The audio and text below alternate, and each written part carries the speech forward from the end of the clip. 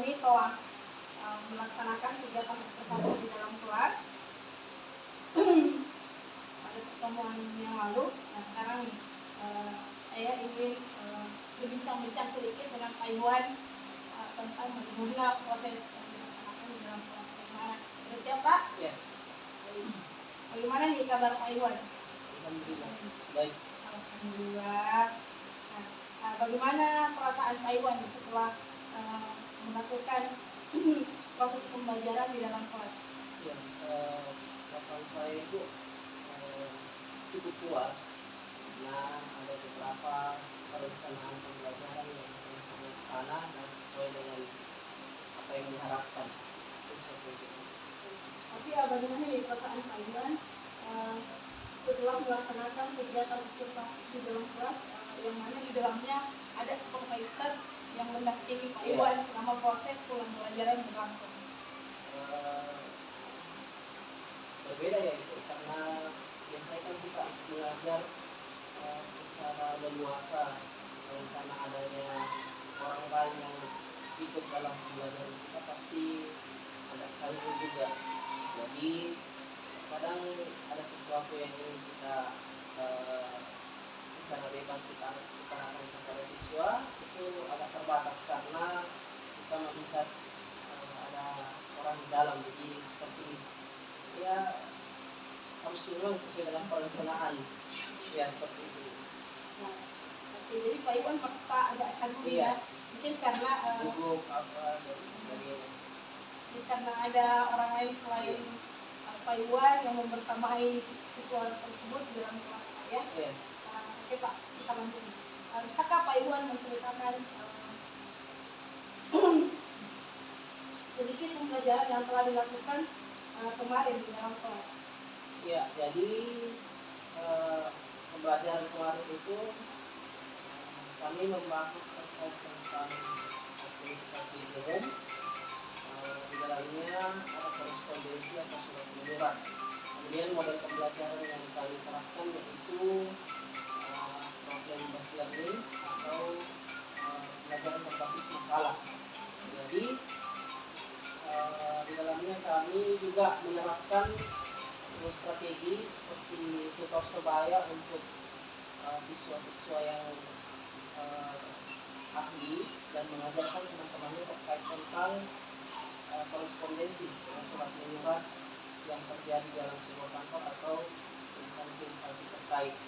Jadi seperti itu. Jadi kita menggunakan dari pembelajaran problem situasi dulu ya. Jadi dan juga memfokuskan pada diskusi kelompok. Ya, diskusi kelompok. Nah, dari proses pembelajaran yang telah Pak Iwan laksanakan di kelas, apakah Pak Iwan merasa ada hambatan yang dialami selama PBM-nya berlangsung? Ya, hambatannya yang pertama dari segi sarana prasarana mungkin itu seperti itu. Jadi untuk pemasangan LCD proyektor itu mengambil waktu juga ya, karena dalam proses pembelajaran kan kita apalagi kita mata pelajaran kejuruan ya, harus memang betul-betul memanage waktu. Nah itu mengambil banyak waktu juga pemasangan LCD. Kemudian kami juga terkendala di ini waktunya. Harusnya kan kita kalau misalnya terkait tentang pelajaran kejuruan banyak waktu yang harus dipersiapkan seperti itu. Jadi terkait tempatnya, Iwan merasa bahwasanya yang menjadi hambatan itu proses pemasangan LCD-nya yang mungkin agak menyita waktu, sementara untuk proses pembelajarannya memerlukan waktu yang cukup lama Pak ya. Selain hambatan tersebut, adakah hambatan lain yang Pak Iwan hadapi dalam pelaksanaan pembelajaran kemarin? Hambatan lain mungkin itu saja itu pelaksanaan LCD-nya. Mungkin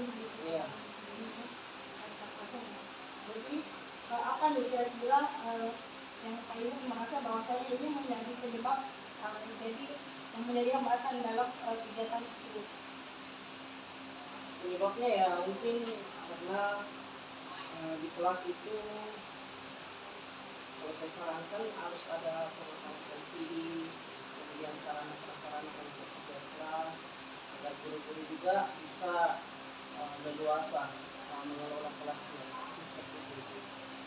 Jadi Bapak merasa bahwasannya harus ada pemasangan LCD. Iya.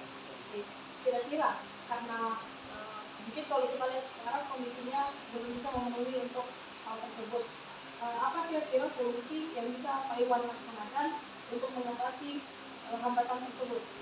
Iya, solusi yang pertama mungkin saya akan menerapkan untuk kedepannya pembelajaran berbasis proyek supaya bisa melibatkan siswa dalam proyek-proyek. Misalnya kalau kita belajar tentang korespondensi, di dalam tujuan pembelajaran kan ada 3.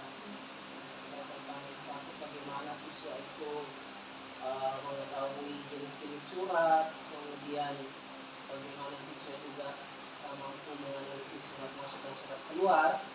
Ya, kedepannya untuk mata pelajaran korespondensi kita terapkan pembelajaran berbasis proyek. Jadi seperti itu. Jadi lebih jelasnya juga ya, waktu itu harus diperpanjang supaya siswa juga lebih terarah untuk melaksanakan proyek-proyeknya. Agar kedepannya akan memperbaiki metode pembelajarannya, Iya. pembelajarannya dengan menggunakan project based learning, Iya. dan lebih memfokuskan bahwasanya siswa tersebut mempelajari secara mendalam tentang persuratan. Iya, betul.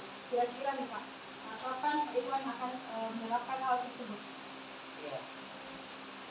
Mungkin untuk pertemuan berikutnya Ibu, kalau misalnya masih ada waktu berikan, ya kita laksanakan proses learning itu supaya nanti kedepannya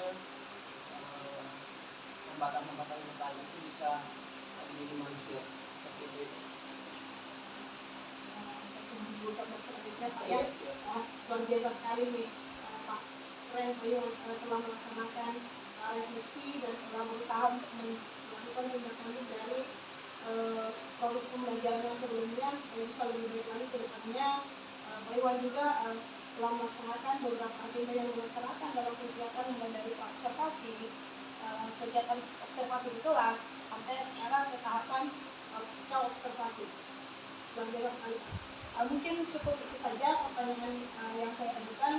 Terima kasih banyak Pak Iwan telah membersamai saya dalam kegiatan mulai dari observasi sampai ke tahapan pasca observasi. Baiklah, demikian perbincangan kami untuk sampai ke tahapan ini di kegiatan pasca observasi. Sekian dan terima kasih. Assalamualaikum warahmatullahi wabarakatuh.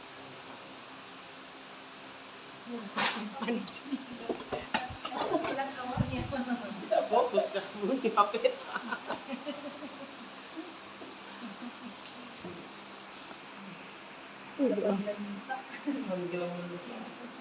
Tunggu dulu, jangan